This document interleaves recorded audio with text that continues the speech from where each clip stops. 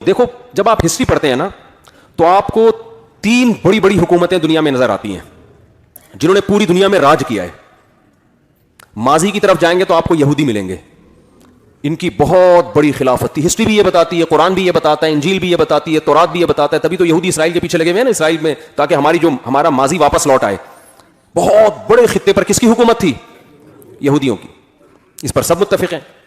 Great umpire یہودی تھے. آپ بتاؤ یہودی کے بعد عیسائی آئے, اتنی بڑی خلافت یہودیوں کی دنیا کے اکثر آباد حصے پر اللہ نے وہ یہودیوں سے چھین کے کس کو دے دی؟ عیسائیوں کو. اگر یہ قوم پرستی کی جنگ ہوتی نا تو چھوٹے چھوٹے ملکوں نے وجود میں آنا تھا, اتنی بڑی خلافت اور ریاست نے وجود میں نہیں آنا تھا. اس کا مطلب کیا کہ یہودیوں کی جو اتنی بڑی حکومت دنیا میں قائم ہوئی, قومیت کے نعرے پہ نہیں ہوئی, ایک نظریے کے نعرے پہ ہوئی. اس نظریے میں اتنی اٹریکشن تھی کہ لاکھوں لوگوں نے اس نظریے کے پیچھے قربانی دی اور قوم پرستی کو چھوڑا, اور اس کلمے اور اس نظریے کے پیچھے پوری دنیا میں اللہ نے ان کی حکومت کو قائم کیا. یہ آسانی سے ممکن نہیں ہے. یہ جب تک کوئی مضبوط تھیوری نظریہ پیچھے نہیں ہوتا, لوگوں کے لیے جان دینا ممکن نہیں ہوتا. قومیت کا نعرہ تو ہٹلر نے لگایا تھا نا, چند ملکوں پہ قبضہ کر کے رشیا میں گیا تو پٹ پٹا کے واپس آ گیا وہاں سے. سمجھ میں آ رہی ہے نا بات؟ اس نے قومیت کا نعرہ لگایا تھا. تو قومیت کے نعرے چلتے نہیں ہیں کیونکہ قومیں مختلف ہوتی ہیں, وہ اس نعرے پہ تھوڑی جمع ہوں گی. رشین کہیں گے تیری قوم جرمن ہے, ہماری رشین ہے, ہم کیوں تجھے مانے بھائی. تو میں نے جا کے اٹلی میں دیکھا عیسائیوں کی جو ہے نا کتنے بڑے بڑے church. Once upon a time کیسا راج تھا ان کا دنیا پہ. جتنی بڑی ہماری مسجدیں ہیں اس سے بڑے بڑے چرچ ان کے. کتنا پیسہ خرچ کیا, کتنی بڑی بڑی حکومتیں, اور کتنی بڑے خطے پر ان کی ریاست. وجہ کیا کہ یہود حضرت موسیٰ علیہ السلام کو مانتے تھے, سچے پیغمبر کے ماننے والے تھے, دین پر چلتے رہے. اللہ نے ان کے ذریعے پوری دنیا میں دین کو نافذ کیا. پھر دنیا میں عیسائیت آئی.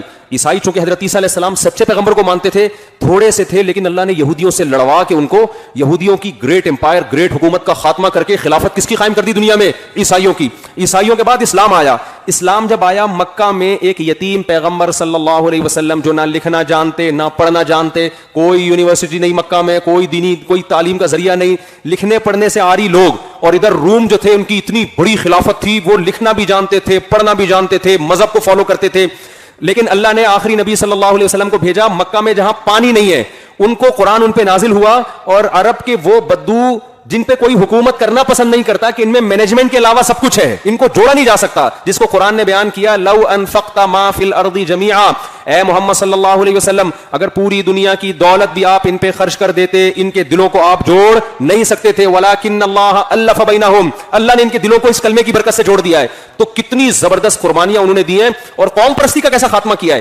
ہمارے نبی صلی اللہ علیہ وسلم کی جنگ سب سے پہلے عرب کے خلاف ہوئی ہے, حالانکہ آپ عربی تھے. غزوہ بدر ہوئی ہے نا پہلے, ادھر بھی عرب ادھر بھی عرب. اور پھر عرب میں آپ صلی اللہ علیہ وسلم کی جنگ قریشیوں کے خلاف ہوئی ہے جو آپ کا خاص قبیلہ تھا. پھر قریشیوں میں بنو ہاشم کے خلاف ہوئی ہے جو اس قبیلے در قبیلہ جو آپ کا خاص قبیلہ ہے. آپ اپنے چچا پھوپھی زاد بھائیوں سے آپ کی سب سے پہلے جنگ ہوئی ہے. اس میں اسلام نے اس کانسیپٹ کا جو ہے نا جڑ سے اکھاڑ دیا کہ قوم پرستی کی اسلام میں جنگ کا تصور نہیں ہے. زمین پہ حکومت ہوگی, لڑائی ہوگی, ایک نظریے کے پیچھے. وہ نظریہ کیا ہے؟ ہم خدا کو, اس کے پیغمبروں کو ماننے والے ہیں, اور دنیا میں اللہ کے احکامات کو ہم اپنے اوپر بھی نافذ کریں گے, دنیا میں بھی نافذ کریں گے. اس نظریے میں اتنی پاور, اتنی طاقت, خدا کی قسم کسی معاذ اللہ نقل کفر کسی جھوٹے نبی کو فالو کرنے والے اتنی بڑی قربانیاں نہیں دے سکتے.